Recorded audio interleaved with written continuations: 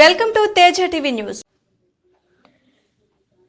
నకరేకల్ నియోజకవర్గం నార్కట్పల్లి మండల కేంద్రంలోని ప్రాథమిక వ్యవసాయ సహకార సంఘం కార్యాలయంలో యూరియా సరఫరాలో కేంద్ర రాష్ట్ర ప్రభుత్వాల వైఫల్యాన్ని నిరసిస్తూ నకరేకల్ మాజీ శాసనసభ్యులు చిరుమర్తి లింగయ్య రైతుల పక్షాన నిరసన కార్యక్రమాన్ని చేపట్టారు. ఈ సందర్భంగా ఆయన మాట్లాడుతూ యూరియా కోసం రైతులు ఇబ్బందులు పడుతుంటే ప్రభుత్వం పట్టించుకోవడం లేదు.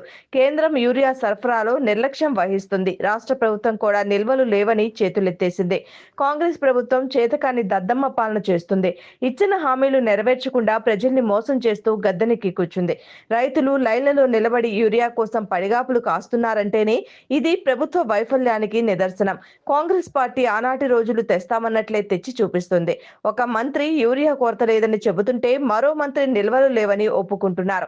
రైతులు ఇన్ని ఇబ్బందులు పడుతుంటే సీఎం అసలు స్పందించడమే లేదు. రైతుల సమస్యలపై ఒక్క మాట కూడా మాట్లాడకపోవడం దారుణం. 24 గంటల కరెంట్ ఇచ్చి రైతులకు అండగా నిలిచిన ఘనత బీఆర్ఎస్ ప్రభుత్వాందే.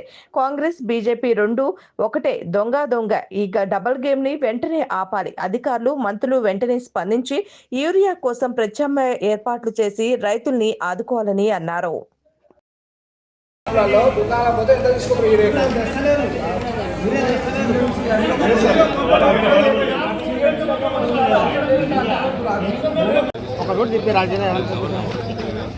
ఇంతమంది ఆకర్షించినప్పుడు ఒక ఏం మాట్లాడినా ఇంతవరకు ముఖ్యమంత్రి అందరూ యూరియా కోసం లేస్తలేడు. వాడు ఏం మాట్లాడతాడు? బయటికి వెళ్ళి మాట్లాడుతున్నాడు.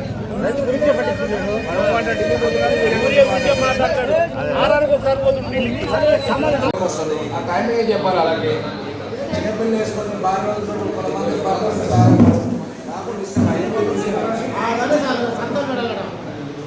ముసలాంలో 10 మంది రాకుండా చెక్కబెట్టి 2 సార్లు వచ్చింది. ఎంతగానో ఇంత పనులు పెట్టుకుంది. సీజన్ కాదు అది.